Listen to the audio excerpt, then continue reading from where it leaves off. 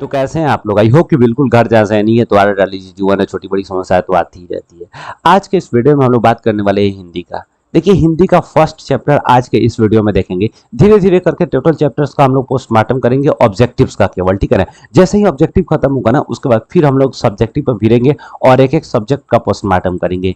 तब तक हम लोग पहले क्या करते हैं, एक एक करके पहले ऑब्जेक्टिव वाला पार्ट क्लियर करेंगे। और जैसे आप लोग अगर एसएसटी का पढ़े होंगे, नहीं पढ़े होंगे, तो एसएसटी का टोटल वीडियो डाल दिया गया हुआ है। चैनल के प्लेलिस्ट में जाइए और देख लीजिए भाई साहब। वहां पर सबसे पहली बात, अगर आपको मैट्रिक में मार्क्स बढ़ाना है तो ऑब्जेक्टिव को भाई साहब पूरा का पूरा क्लियर करना है। मतलब बिल्कुल ये एक ऐसा पार्ट है ना, जो अगर आप कंप्लीट कर लेते हैं तो आपका टोटल 50%, यानी टोटल सब्जेक्ट की अगर हम लोग बात करें 500 मार्क्स है, तो 250 में 250 मार्क्स आपका क्लियर हो जा रहा है। अब बचा आपको 400 प्लस मार्क्स लाना है, तो 5 सब्जेक्ट में, इंग्लिश को अगर हम लोग छोड़ दे रहे हैं तो 5 सब्जेक्ट में 150 लाना है, यानी 250 मार्क्स में से 150 लाना है। कैसे नहीं ला लीजिएगा, हंस खेल कर ला लीजिएगा। और आपका 400 मार्क्स तो हंस खेल के आ सकता है, अगर आप थोड़ा सा ध्यान से अगर पढ़े होंगे तो, ठीक है ना। तो आखिर बात ये आ रहा है कि इसकी तैयारी कैसे होगी, तो भाई साहब हमारे साथ होगी। जितने भी चैप्टर्स आपको, जैसे पता है कि एसएसटी का टोटल सब्जेक्ट हो चुका है, और जाइए आप प्ले लिस्ट में जाइए और एक एक करके वीडियो को देखिए और उसका नोट्स बनाइए। बस आपको उतना ही कंप्लीट करना है जितना हम पढ़ा रहे हैं, बस हम देख नहीं, और एक एक सब करके सभी सब्जेक्ट का लाएंगे। आपको ज्यादा टेंशन नहीं लेना है, ज्यादा दिमाग नहीं लगाना है, बस जो वीडियो है उसी को कवर करना है और सही से पढ़ना है। मार्क्स तो बिल्कुल दबा के आएगा भाई साहब, बस आप ईमानदारी से मेहनत कीजिए, ठीक है ना, और मेरे साथ बने रहिए। तो चलिए बिना किसी समय गवाए आज का वीडियो हम लोग शुरू करते हैं और फर्स्ट चैप्टर का मिल के मचाते हैं बवाल विद बहुत सारा सवाल। देखिए, जैसा कि आप सब कोई जानते हैं भाई साहब कि आज का जो वीडियो है वो हम लोग हिंदी शुरू कर रहे हैं, और हिंदी का जो होगा भाई साहब, ये फर्स्ट चैप्टर होगा, श्रम विभाजन और जाति प्रथा, ठीक है ना। अब श्रम विभाजन और जाति प्रथा क्या है भाई साहब, इन्हीं चीजों को देखेंगे। सबसे पहले ये जो चैप्टर है डॉक्टर भीमराव अंबेडकर के द्वारा लिखा गया हुआ है। डॉक्टर भीमराव अंबेडकर का जन्म 14 अप्रैल 1891 ईस्वी के मध्य प्रदेश के महू ग्राम में हुआ था। इनका मृत्यु जो होता दिल्ली में 1956 ईस्वी में हुआ था। देखिए, 1936 ईस्वी में doctor B R Ambedkar Lahore में, अभी उस समय हम लोग का तो भारत का जो बंटवारा वगैरह कुछ नहीं हुआ था, तो लाहौर में एक इनका भाषण होने वाला था, ठीक है ना। उस भाषण का नाम था the annihilation of the caste. Annihilation, an annihilation, annihilation, annihilation of, sorry, of the caste. इसको सही से बना लीजिएगा, annihilation, annihilation, annihilation of the caste, ठीक है ना। ये एक भाषण है, पूछ देता है एग्जाम में कि एनिहिलेशन ऑफ द कास्ट जो है ये क्या है। तो एक प्रकार का भाषण है जो 1936 ईस्वी में बी आर अम्बेडकर जी के द्वारा लाहौर में दिया गया था, ठीक है ना। और उसी का एक भाग है श्रम विभाजन और जाति प्रथा। देखिए, डॉक्टर बी आर अम्बेडकर एक दलित परिवार से थे, और आपको पता है कि प्राचीन भारत के अगर हम इतिहास पढ़ते हैं तो उस समय हम लोग देखते हैं कि किस तरह जो दलित वर्ग के लोग थे, जो निम्न जाति के लोग थे, उनका शोषण किया गया उच्च वर्ग के लोगों द्वारा, उच्च जातियों के द्वारा। तो इन्हीं का मतलब इन्हीं लोगों को उचित न्याय दिलाने के लिए, समाज में उचित स्थान दिलाने के लिए, इनका विकास करने के लिए सभी लोगों से, जो उच्च जाति के थे, जो रूढ़िवादी विचार के थे, इन सभी से लड़कर इनको न्याय दिलाए, इनको समाज में उचित स्थान दिलवाए। और सबसे बड़ी बात ये कि आप जानते होंगे कि बी आर अम्बेडकर को भारत के संविधान का पिता कहा जाता है, और संविधान में जो निम्न कास्ट के लोग थे, निम्न जाति के लोग थे, कथित रूप से जिसको हमने कह सकते हैं, ठीक है ना, एससी एसटी वाले लोग थे, उनको उचित स्थान दिलवाया, आरक्षण दिलवाया, ताकि उनका भी विकास हो सके, समाज में वो भी एक पोजीशन निर्धारित कर सके अपना, ठीक है ना। तो आज जो है भाई साहब, हम लोग उसी भाषण का कुछ पार्ट, जिसे हम लोग श्रम विभाजन और जाति प्रथा के नाम से पढ़ेंगे, जो भाषण था, उन्होंने उस भाषण में जो है जाति प्रथा के बारे में बताया हुआ था, ठीक है ना। देखिए, सबसे पहले क्या है कि हमारा जो समाज जो था, हमारे समाज जाति में बटा हुआ, धर्म और धर्म के अंदर जाति आता है, ठीक है ना। जैसे हिंदू धर्म में बहुत सारे जाति के लोग, सोनार हो जाएंगे, लोहार हो जाएंगे, कलवार हो जाएंगे, बनिया हो जाएंगे, मतलब जो होते हैं कुर्मी हो जाएंगे, जिनका काम सब्जी उपजी उपजाना है, धोबी हो जाएंगे, नाई हो जाएंगे। तो मतलब ये क्या, ये जब हम बोल रहे हैं, नाई बोल रहे हैं, धोबी बोल रहे हैं, तो आपके दिमाग में एक बात आ रहा होगा, नाई बोल रहे हैं इसका मतलब क्या कि वैसे लोग जो क्या करते हैं, केवल बाल काटते हैं, बात समझिए कि धोबी बोल रहे हैं जो क्या करता है भाई साहब, जो हमेशा हमारा कपड़ा धोता है, बात समझिए कि नहीं। हम सुनार बोलते हैं, उसका काम क्या है, हम उन्हें सुनार कहते हैं जो ज्वेलरी का काम करता है। लोहार जो लोहा लकड़ का काम करता है, औजार बनाता है, ठीक है ना। तो ये चीज हमारा माइंडसेट बना हुआ है पहले से, और इसी चीज के बारे में हम लोग पढ़ेंगे कि हमारे जो समाज है, हमारा जो समाज है, इस हमारे समाज में जाति का जो विभाजन हुआ है ना, वो श्रम के आधार पर यानी कार्य के आधार पर किया गया है।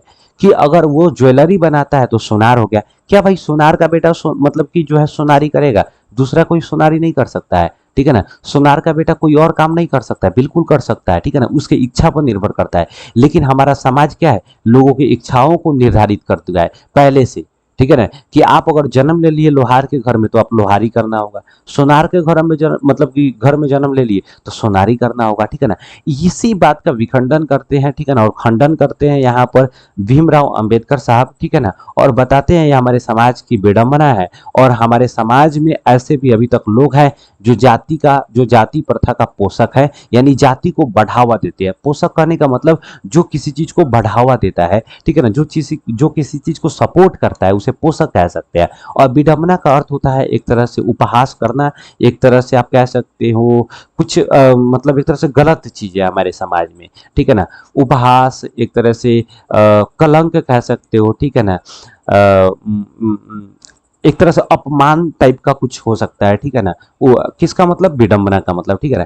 तो आज के इस वीडियो में जो है ना हम लोग इसी के बारे में चर्चा करने वाले हैं। और बी आर अम्बेडकर के द्वारा बहुत सारा रचित और भी बहुत सारी चीजें हैं, जैसे कि द बुद्धिज्म एंड कम्युनिज्म है, बुद्धा एंड देयर धम्म है, ठीक है ना। ये उनके द्वारा लिखा गया कुछ किताब है, ठीक है ना। The caste in India and their mechanism है। बहुत सारी किताबें ऐसी लिखी गई हुई है जो उनकी रचना है, और हम लोग इस चैप्टर में पढ़ेंगे भी, जो इम्पोर्टेंट भी है आपके एग्जाम के पॉइंट ऑफ व्यू से। मजा आएगा, बस लास्ट तक आप बने रहिए भाई साहब, और आप तो इस चैप्टर का बिल्कुल हीरो बन सकते हैं, ठीक है ना। तो चलिए हम लोग देखते हैं एक एक करके क्वेश्चंस को। सबसे पहला क्वेश्चन क्या करेगी, श्रम विभाजन और जाति प्रथा का लेखक कौन है। लेखक कौन है भाई साहब, ए नंबर। नेक्स्ट क्वेश्चन क्या करेगी, बाबा साहब भीमराव अंबेडकर का जन्म कब हुआ था। तो याद रखिए 14 अप्रैल। इनका जन्म कब हुआ था भाई साहब, 14 अप्रैल 1891 ईस्वी को, ठीक है ना। कहाँ हुआ था, मध्य प्रदेश के महू ग्राम में हुआ था, ठीक है ना। नेक्स्ट क्वेश्चन कह रहा है क्या, बाबा साहब भीमराव अंबेडकर का जन्म किस राज्य में हुआ था, तो मध्य प्रदेश में हुआ था। नेक्स्ट क्वेश्चन कह रहा है श्रम विभाजन और जाति प्रथा गद्य की कौन सी विद्या है, तो याद रखिएगा निबंध है। कौन सा विद्या है भाई साहब, निबंध है। नेक्स्ट कह रहा है कि भीमराव अंबेडकर के विख्यात भाषण एनिहिलेशन ऑफ द कास्ट का हिंदी रूपांतर किसने किया था। मतलब ये जो भाषण 1936 ईस्वी में दिए हुए थे लाहौर में, उसका हिंदी रूपांतर ललाई सिंह यादव के द्वारा किया गया हुआ था, ठीक है ना। नेक्स्ट क्वेश्चन क्या कर रहा है कि भारतीय संविधान के निर्माता किन्हें कहा जाता है, ठीक है ना। इसका आंसर भाई साहब आप एकदम कमेंट बॉक्स में छापिए, जितने भी स्टूडेंट पढ़ रहे हैं। सबसे पहला बात भाई साहब, आपके जो भी आपके संपर्क में स्टूडेंट है उनको जरूर वीडियो शेयर कीजिए, ताकि उनको भी फायदा हो और भाई का भी सपोर्ट हो जाए, ठीक है ना। जल्दी जल्दी सपोर्ट कीजिए यार, और 1000 कम से कम सब्सक्राइबर पुगाओ यार, मजा आएगा। उसके बाद जो भी चैप्टर होगा उसका हम लोग एकदम लाइव एकदम मस्त वीडियो शूट करेंगे, और एकदम जो भी सब्जेक्ट होगा, जो भी चैप्टर होगा, उसका बिंदास पढ़ाई करेंगे, ठीक है ना। तो चलिए हम लोग नेक्स्ट देखते हैं। सबसे पहले इसका हो गया कि नहीं, इसका तो आप लोग 6 नंबर क्वेश्चन का आप कमेंट में कीजिए। दूसरा का रहेगा श्रम विभाजन और जाति प्रथा पाठ बाबा साहेब के किस भाषण का संपादित अंश, किस भाषण से लिया गया बेसिकली, तो the caste the annihilation of the caste, ठीक है ना। The caste in India their mechanism बिल्कुल उनके द्वारा लिखा गया एक पुस्तक है, ठीक है ना। हु आर सुद्राज भी उनके द्वारा लिखा गया हुआ था, ठीक है ना। नेक्स्ट क्वेश्चन क्या कर रहा है कि भीमराव अंबेडकर के मुख्यतः प्रेरक व्यक्ति रहे हैं।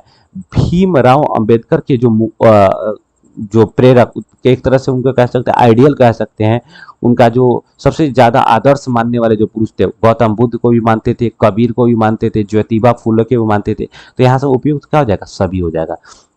करेगा आदर्श समाज स्वतंत्रता, समानता, भ्रातृत्व पर आधारित होगा। किसने कहा था, बिल्कुल भीमराव अंबेडकर ने कहा हुआ था कि आदर्श समाज जो होता है ना, वहाँ स्वतंत्रता होता है, यहाँ आधा स्व होगा, स्वतंत्रता होता है, समानता होता है, भ्रातृत्व का मतलब भाईचारा का बोध होता है, ठीक है ना। लोग एक दूसरे से मिल के रहते हैं, ठीक है ना। जिसे भ्रातृत्व का मतलब यहाँ पर भीमराव अंबेडकर कहते हैं क्या है, लोकतंत्र की बात करते हैं, ठीक है ना। तो आंसर क्या हो जाएगा भाई साहब, यहाँ पर भीमराव अंबेडकर बात करते थे। दूसरा करेंगे, आधुनिक सभ्य समाज श्रम विभाजन को आवश्यक क्यों मानता है। आधुनिक सभ्य समाज जो है ना श्रम विभाजन को क्यों आवश्यक क्यों मानता है। कार्य कुशलता के लिए, भाईचारा के लिए, रूढ़िवादिता। यहाँ पर आंसर क्या हो जाएगा, ए नंबर। सॉरी यार, ये क्या हो गया यार, गड़बड़ हो गया क्या। हाँ, आधुनिक सभ्य समाज श्रम विभाजन को आवश्यक क्यों मानता है, तो कार्य कुशलता के लिए। क्यों मानता है, कार्य कुशलता के लिए। नेक्स्ट क्वेश्चन क्या कर रहा है कि भारत में बेरोजगारी का मुख्य कारण क्या है। देखिए, भारत में बेरोजगारी का सबसे बड़ा कारण जो है ना, जाति प्रथा है। अब कहने का मतलब ये है कि भारत में बेरोजगारी का मुख्य कारण क्यों जाति प्रथा को कहा गया है। कहा इसलिए गया है कि भारत में जाति के अंदर कार्य को बांट दिया गया, मतलब कार्य के आधार पर जाति बांटा गया हुआ है कि भाई साहब लोहार है तो उसका काम लोहार वाला है, सोनार है तो उसका काम ज्वेलरी बनाना है, बस समझ रहे। इस तरह करके क्या किया हुआ है, सारी चीजों को बांटा हुआ है। इससे क्या हो रहा है कि लोगों के एक्चुअल एबिलिटी का पता नहीं चल रहा है। मतलब मान लीजिए कि हमारे अंदर बहुत अच्छा बाल काटने का अगर हमारे अंदर गुण है, तो हम क्यों नहीं बाल काट सकते हैं, क्यों नाई का बेटा ही नाई क्यों बनेगा। हम बहुत अच्छा ज्वेलरी बना लेते हैं तो ज्वेलरी क्यों नहीं बना सकते हैं। मतलब कार्य का जो विभाजन होना चाहिए, लोगों के क्षमता, कार्य क्षमता, उसके कुशलता के आधार पर होना चाहिए, नहीं कि जाति के आधार पर होना चाहिए। बात समझ नहीं। तो इसीलिए बेरोजगारी भरा पड़ा हुआ है। मान लीजिए आपके अंदर क्या है, एबिलिटी नहीं है केस काटने का, और आप सैलून खोल के बैठ गए, तो आपके पास कोई आएगा मतलब केस कटवाने, नहीं आएगा। आपके अंदर एबिलिटी होना चाहिए, आपके अंदर कुशलता होना चाहिए, तभी तो हो पाएगा, ठीक है ना। तो आंसर ए नंबर हो जाएगा। नेक्स्ट क्वेश्चन क्या कर रहा है कि समाज और राजनीति में बेहद सक्रिय भूमिका निभाते हुए अंबेडकर ने किनको मानवीय और अधिकार दिलाने के लिए अनेक प्रयास किए थे। बस हम देख रहे हैं, देखिए भीमराव अंबेडकर प्रारंभ से ही जो दलित वर्ग के लोग थे, महिलाएं थी, ठीक है ना, और जो मजदूर वर्ग के लोग थे, उनको हमेशा सपोर्ट करते थे और उनकी हक दिलाने की बात करते थे। तो आंसर क्या हो जाएगा, डी नंबर। नेक्स्ट क्वेश्चन क्या कर रहा है कि संविधान निर्माता अंबेडकर के अनुसार आदर्श समाज किस पर आधारित होना चाहिए। अभी हम पिछले बार जो क्वेश्चंस हम लोग पढ़े हैं, जस्ट शायद 10 के 11 नंबर क्वेश्चन पढ़े हैं, ठीक है ना। तो 13 नंबर का भी आंसर भाई साहब आप ही दीजिए, ए बी सी डी में से कौन होगा, ठीक है ना।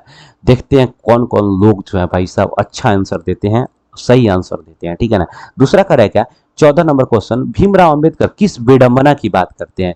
किस विडंबना की बात करते हैं भाई साहब। यहाँ जब विडंबना किया जा रहा है, किस उपहास की बात किया जा रहा है, किस तरह की गलत चीजों की बात कहते हैं, तो क्या कहते हैं, जाति इस युग में जातिवाद के पोषकों की कमी नहीं है। इस युग में भी जातिवाद के पोषकों की कमी नहीं है। जाति प्रथा श्रम विभाजन का स्वाभाविक रूप है। जाति प्रथा बेरोजगारी का एक प्रमुख कारण है। हम जब विडंबना की बात करेंगे ना, तो याद रखिएगा जातिवाद के पोषकों की बात किया जा रहा है। विडंबना क्या है वार्ता, मतलब विडंबना का मतलब क्या है, एक तरह से आप कह सकते हो कि इससे खराब और कुछ नहीं हो सकता है, ठीक है ना। एक तरह से उपहास उड़ाने वाली बात हो जाती है, एक तरह से आप कह सकते हो कि किसी को अपमान करने वाली बात हो जाती है। तो मतलब इस युग का जो अपमान है कि आज के भी समय में जातिवाद के पोषकों की कमी नहीं है। मतलब कि आज के समय में भी बहुत सारे जातिवाद के पोषक, यानी जातिवाद को बढ़ावा देने वाले, जातिवाद को सपोर्ट करने वाले, मानने वाले लोग मिल जाएंगे हमारे समाज में। आंसर क्या हो जाएगा, ए नंबर सही हो जाएगा। नेक्स्ट क्वेश्चन क्या करें कि अंबेडकर के अनुसार भाईचारे का वास्तविक रूप क्या होगा। देखिए अंबेडकर के अनुसार भाईचारे का अगर हम वास्तविक रूप की बात करते हैं भाई साहब, तो दूध पानी के मिश्रण की तरह। कौन बोलते हैं यहाँ पर, अंबेडकर साहब बोलते हैं। कह कि भाईचारे का दूसरा नाम क्या है, लोकतंत्र है, लोकतंत्र। नेक्स्ट क्वेश्चन क्या करेगा, हु आर सुधराज किसकी रचना है। देखिए हु आर सुधराज जो है भीमराव अंबेडकर का रचना है, ठीक है ना। नेक्स्ट क्वेश्चन क्या कहता है कि बुद्धा एंड हिज धमा, बात समझिए, बुद्धा एंड हिज धमा के लेखक कौन है, B R Ambedkar. Next question क्या करे कि जाति प्रथा का श्रम विभाजन मनुष्य की स्वेच्छा पर निर्भर नहीं रहता है। मतलब जाति प्रथा का श्रम विभाजन मनुष्य की स्वेच्छा पर निर्भर नहीं रहता है। मनुष्य के व्यक्तिगत भावना तथा व्यक्तिगत रुचि का इनमें से कोई स्थान अथवा महत्व नहीं रहता है। प्रस्तुत गद्यांश किस पाठ से उद्धृत है। मतलब ये जो लाइन लिखा गया है ये किस पाठ से लिया गया है, श्रम विभाजन और जाति प्रथा से लिया गया है। बहुत ही आसान क्वेश्चन है, ठीक है ना। दूसरा क्वेश्चन क्या कर रहा है, यह विडंबना की बात है, यह विडंबना की बात है कि इस युग में भी जातिवाद के पोषकों की कमी नहीं है। यह कथन किस पाठ का है, पाठ होना चाहिए, यहाँ पे ये कथन किस पाठ का है, ठीक है ना। तो किस पाठ का है भाई साहब, ये श्रम विभाजन और जाति प्रथा। नेक्स्ट क्वेश्चन क्या कर रहा है कि जाति प्रथा पेशे का दोषपूर्ण पूर्व निर्धारण ही नहीं करती बल्कि मनुष्य को जीवन भर के लिए एक पेशे में बांध भी देती है। प्रस्तुत गाथ्यांश के रचनाकार कौन है, नलिन भीमराव अंबेडकर, ठीक है ना। ये किस पाठ से लिया गया है, श्रम विभाजन और जाति प्रथा, उसका लेखक कौन है, भीमराव अंबेडकर, ठीक है ना।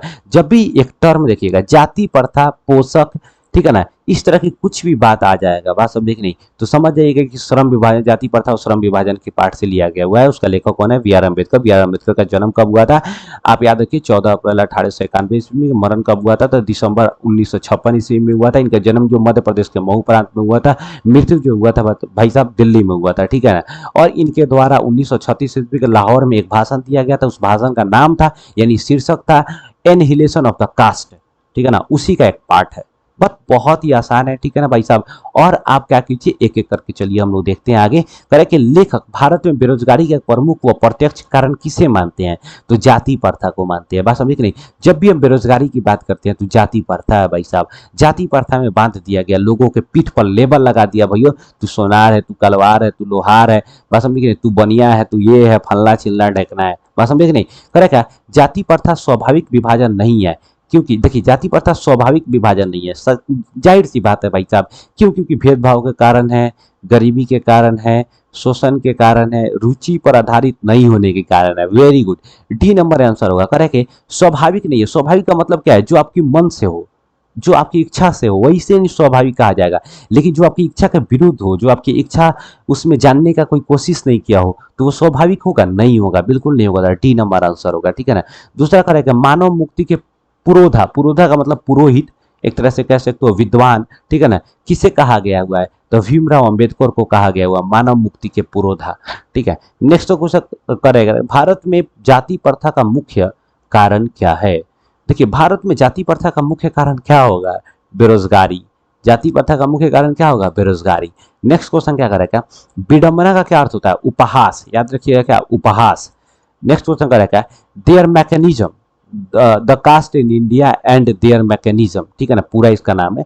कृति किसकी है, रामविलास पासवान की। The caste in India and their mechanism, Ramvilas Paswan, ठीक है। नेक्स्ट क्वेश्चन क्या कर रहा है कि महू मध्य प्रदेश किनका जन्म हुआ था, ठीक है ना, भीमराव अंबेडकर साहब का जन्म हुआ था। नेक्स्ट क्वेश्चन क्या कर रहा है, भीमराव अंबेडकर का निधन कब हुआ था, 1956 ईस्वी दिसंबर, दिल्ली में हुआ था। नेक्स्ट क्वेश्चन क्या करें कि किनके प्रोत्साहन पर अंबेडकर उच्चतर शिक्षा के लिए न्यूयॉर्क गए थे।